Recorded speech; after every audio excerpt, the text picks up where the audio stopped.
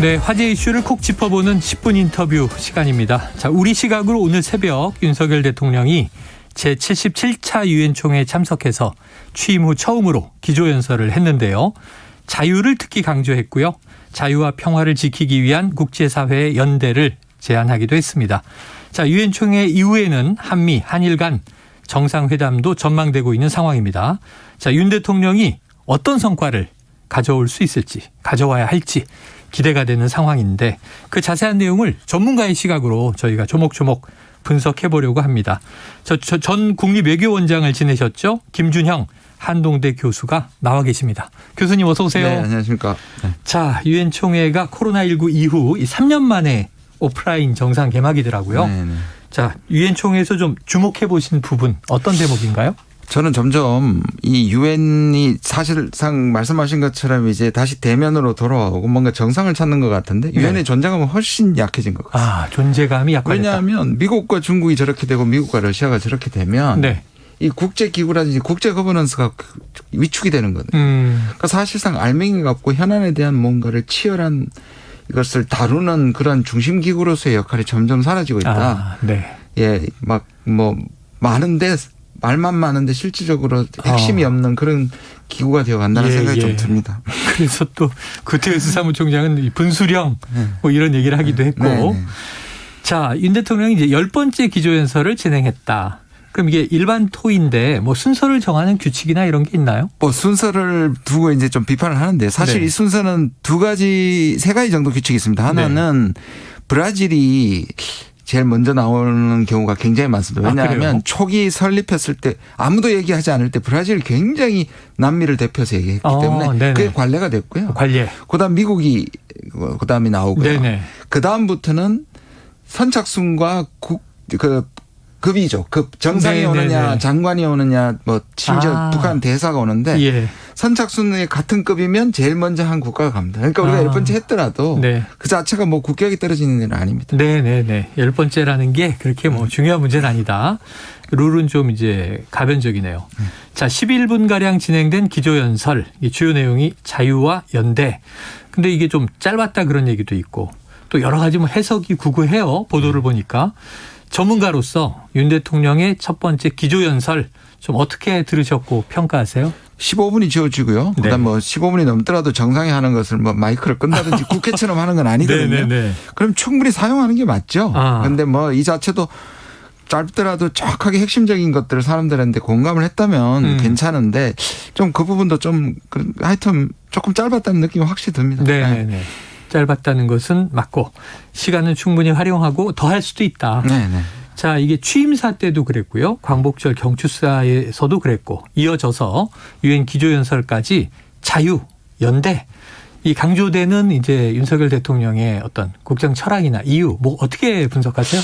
본인의 철학이신 것 같아요. 자유와 네, 그다음에 네. 이런 것들이 특히 또 지금 집권당하고 집권 정부가 가지고 있는 가치 중에 가장 중요한 것 중에 하나인데 맥락이라는 게 있고 장소라는 게 있지 않습니까? 네네네. 사실 유엔이라 하면 평화거든요. 평화. 물론 평화를 뭐 몇 번 말씀을 하셨습니다만 예. 자유가 앞섰잖아요. 네.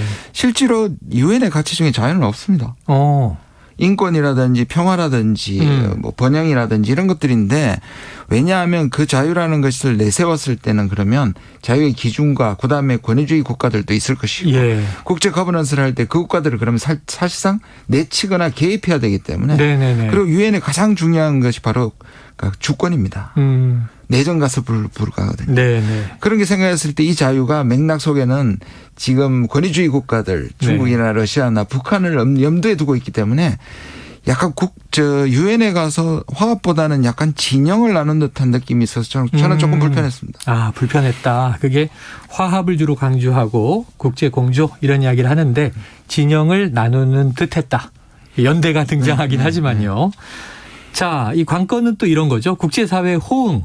그럼 연대라고 했을 때는 뭐 우리만 달리는 게 아니라 함께 가자는 얘기니까 그 연대를 얼마나 이끌어내느냐도 관건인데 그런 거는 어떻게 예상하십니까? 지금 정확하게 말씀을 하셨는데요. 이 연대라는 말은 동맹이나 진영과는 다르잖아요. 네네. 조금 달라도 같은 가치를 위해서 협력할 수 있다. 그렇죠. 이게 유엔의 정신인데 네네. 지금의 자유는 진영을 나누는 듯하기 때문에 그리고 미국이 지금 얘기하고 있는 가치 외교와 같은 선상에 있단 말이에요. 네네. 그렇게 봤을 때 말씀하신 공감을 못 얻어낼 만한 국가들이 꽤 많다. 이렇게 볼 수 있습니다. 동의하지 않을 나라들도 그 자리엔 있다.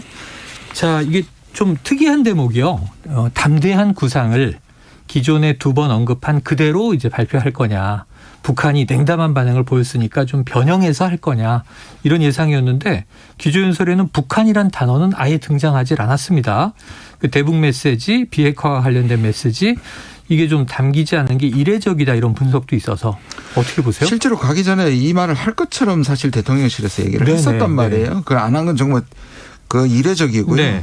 아마 이 부분은 뭐 여러 가지 이유가 있을 텐데 저는 생각에 뭐 제 추측입니다만 이거는 기본적으로 이때까지 뉴욕타임스에서도 왜 그 인터뷰. 문재인 정부가 지나치게 네네. 북한에게만 쏠렸다라는 것에 대한 차별화? 특정 친구. 예. 그 차별화를 위해서 그러지 않았나 생각이 좀 들고요. 네. 뭐 일각에서는 그 담대한 계획이 북한으로부터 이제 거절당했는데 뭘 가서 또 구차하게 얘기하느냐. 그것도 이유가 될 수 있는데 네. 저는 차별화 쪽에 좀 강조를 하고 싶네요. 차별화 하려고 했었다. 예. 그런데 그게 바람직하느냐 그 문제는 좀 다르죠. 네네. 사실 우리가 주인이고 우리한테 사실 우리한테 가장 큰 문제이자 동시에 세계적인 예. 문제이기 때문에 한반도 평화는 단순한 그렇게 빠뜨리고 갈 수 있는 그런 성격의 이슈는 아니라고 생각합니다. 네. 자, 뭐 북한 이렇게 이제 딱 명시적으로 언급되진 않았습니다만 윤 대통령이 이제 유엔 방문 전에 지금 말씀하신 뭐 인터뷰라든가 여러 가지 이제 채널을 통해서 해구산을 언급한 바도 있고요. 또 한미 양국이 한미 확장 억제 전략 협의체를 또 가동하기 시작했고요. 또 유엔 사무총장을 만나서도 유엔 안보리의 단호한 대처를 요청하기도 했어요. 기조연설 전후해서 북한에 대해서는 좀 강한 기조를 또 보이기도 했습니다. 어떻게 보십니까? 이게 저는 좀 아까 말씀드린 맥락의 문제인데요. 네. 전반적으로 제가 왜 그 자유가 진영을 나누는 듯한 여기서도 나타나거든요. 네. 물론 역사적 사실이지만 저는 좀 충격적으로 봤던 게 뭐냐면 그 유일 합법 정부를 유엔이 구했다. 전 유엔에 가치 있는 일을 했다는 것이 네네. 역사적 사실이긴 하지만 여기서 완전히 배제하는 거거든요. 그렇죠. 그렇게 보면 그리고 지금 해구산이라든지 뭐 이런 것들이 지금 사실상 러시아가 우크라이나 전에 대한 이러한 핵 문제가 두드러져 있고 이 얘기를 한다는 것이 어떤 면에서 북한을 얘기하는 게 아니라 러시아를 얘기할 수도 있고. 네네. 그러니까 이거는 효과적인 측면에서도 우리 핵 문제가 쑥 들어가 버릴 수도 있고요. 예. 그다음에 북한에 대해서 평화 얘기를 하지 않고 핵과 확장제 이런 것들만 얘기하는 것이 네. 계속 대결적이고 갈등적인 것을 얘기했다는 예. 의미와도 연결이 되는 거거든요. 네. 그래서 진영화했다.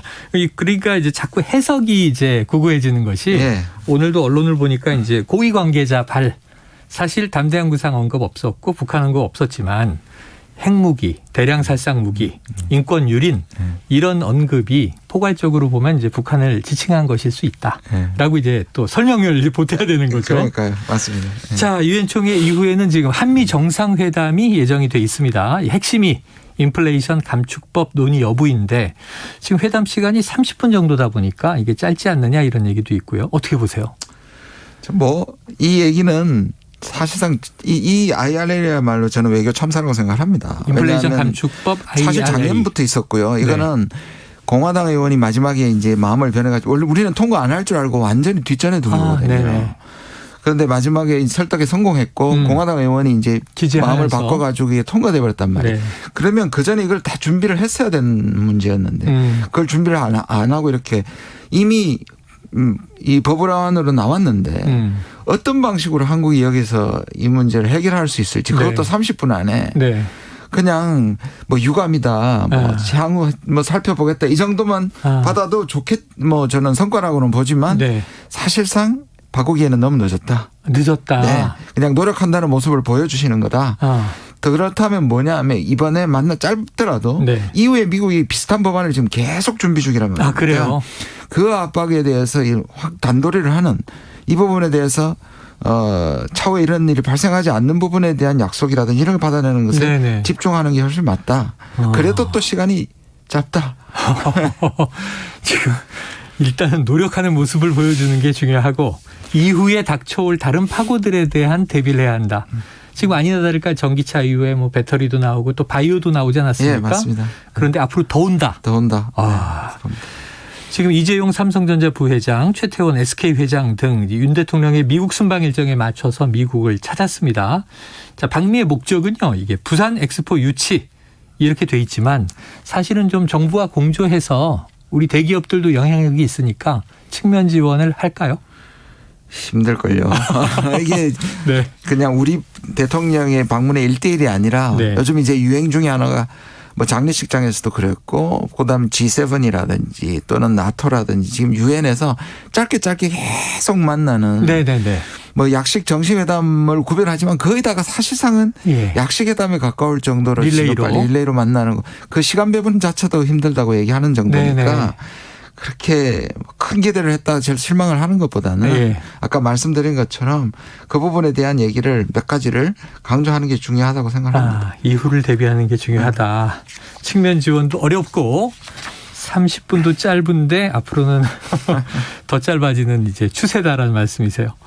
자, 11월 중간선거까지는 문제 해결이 어려울 것이다. 그래서 이제 이렇게들 관측을 하는 거죠. 물밑 협상이라도 해서 11월 중간선거가 지나고 나면 좀 우리나라에 대한 유예 조항을 뭐 이제 조치한다든가. 자, 그럼 이번 회담에서 어쨌든 명시적인 성과는 어렵다고들 보시고요. 바이든 대통령에게 어느 정도의 메시지를 이끌어내면 성과다라고 보시겠어요? 저는 적어도 이 부분에 대해서 한국의 입장을 이해한다든지 네. 그다음 이 부분에 대해서 유념하겠다든지 뭐 향후 대책 뭐 이 정도만 나오면 대성공이죠. 그런데 제가 보기에는 그런 내용이 나오기가 쉽지는 않을 거라고 봅니다. 왜냐하면 바로 이 부분이 사실상 지금의 바이든 대통령의 지지율을 끌어올리고 있거든요. 예. 30%로 떨어졌던 것들이 지금 40% 이상으로 회복하고 있어서 굉장히 고무되어 있습니다. 그리고 11월 중간선거가 있고요. 미국에서 중간선거에서 여당이 이긴 경우가 역사적으로 5번밖에 없습니다. 네네네. 자, 절박한 선거를 또 바이든 대통령을 치르고 있는데 여기서 뭐 한국의 입장을 이해한다. 또는 향후에 좀 뭔가 대책을 찾아보자. 머리를 맞대자. 이런 약간 우호적인 메시지만 나와도 대성공이다. 근데 나오기 어려울 것이다. 이렇게 전망하셨어요. 자, 이 한일 정상회담이요. 이게 되는 건지 안 되는 건지. 우리는 홍쾌히 합의했다고 발표했다가 지금 기류가 많이 바뀌었는데 박진 외교부 장관과 하야시 일본 외무상은 55분 또 회담을 했단 말이죠. 자, 일본 측은 아직 확정을 안 했어요. 이 혼선은 뭐가 원인입니까? 저는 뭐 일본이 합의하지도 않았는데 한국이 발표하는 정도의 외교적 정말 참사는 안 했을 거라고 생각이 들고요. 얘기는 있었을 것이다. 얘기는 했을 것 같습니다. 그런데 문제는 뭐냐면 지금 일본 정부가 극우잖아요. 요즘은 국내 정치 아까 말씀드린 바이든도 마찬가지지만 일본은 우리가 일본이 흔쾌히 하기로 했다는 것에 사실상 약간 왜냐하면 이 일본 정부는 혐한에 기초를 하고 지지층이 많은데 흔쾌히 또 받아들였다. 아무것도 약속 못 받고 했다라는 것이 내부적으로 좀 불만이 있었던 것이고 그래서 한국이 먼저 일방적으로 발표한 거에 대한 그래서 지금 약간 기싸움을 하고 있다 일본이. 그래서 정식회담 뭐 30분이라도 좀 보다는 약식회담으로 결론이 날 가능성이 저는 있다. 지금까지 안 나오는 것 봐서. 그러게요. 공식화 안 되는 것 봐서. 당장 내일인데 그 현지 시간은 오늘 밤 이후에 21일이 됩니다. 자, 그러면 이게 일본이 좀 많이 불편했다, 불쾌했다. 기시다 총리는 불쾌하다는 표현까지 등장을 했습니다. 그러니까요. 그게 이제 국내 여론을 의식해서 그런 얘기를 하는 겁니다. 안 열릴 가능성은 없겠죠? 왜냐하면 한 얘기가 있으니까요. 그렇게 되면 사실상 이거는 한국에 대한 확실히 결례가 되는 것이기 때문에 저는 그냥 스치는 약식회담 정도 아니면 그냥 인사 정도. 서서 인사. 그렇게 할 가능성이 있습니다. 근데 이게 뭐 회담이냐 아니냐를 몇 분 했느냐 몇 초 했느냐 이걸로 자를 수는 없으니까.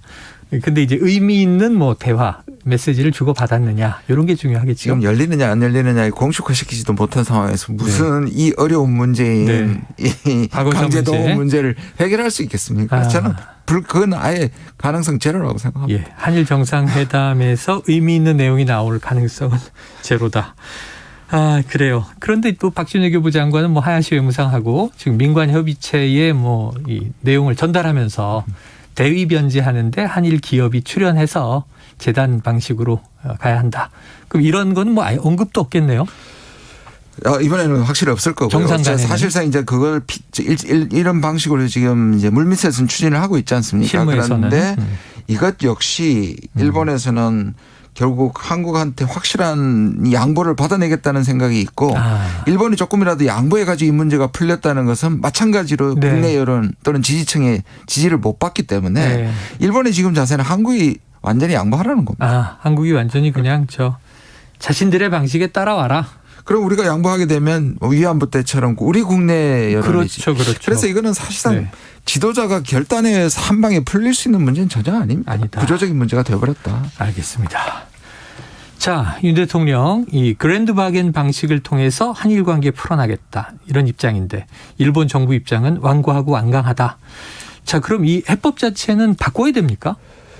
저는 결국 일본도 그 양보를 해야 되는데 네. 실제로 이 지금의 윤 정부는 전 정부가 잘못해서 한일 관계가 이렇게 됐다는 기준을 갖고 있다는 말은 거꾸로 얘기하면 네. 우리 정부가 잘못한 거기 때문에 우리 정부의 예상을 바꿔야 된다는 거잖아요. 네. 실제로는 일본이 사실은 한국에게 완전한 항복을 요구했었던 문제이기 때문에 수출 규제 등. 예, 맞습니다. 네. 그런데 강제 동원은 되돌리라는 거고 판결 되돌리라는 거고 위안부 그대로 지키라는 거고 1965년 손대지 말고 그대로 하라는 이 세 가지 전제 조건이었거든요.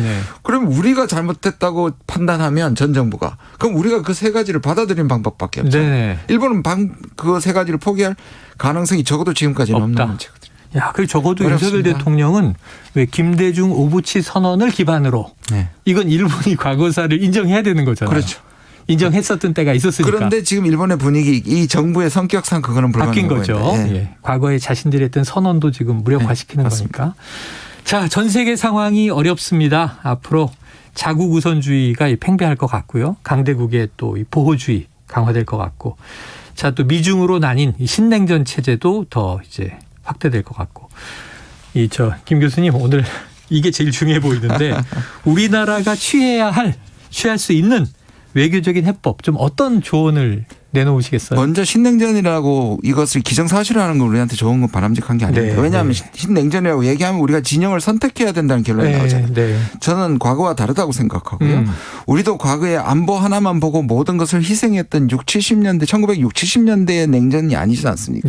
우리는 그만한 국격과 국력과 있단 말이에요. 그렇다면 국익에 오히려 치열하게 가는 것이죠. 이것을 이념이나 가치로 나눠서 제가 이런 말 합니다.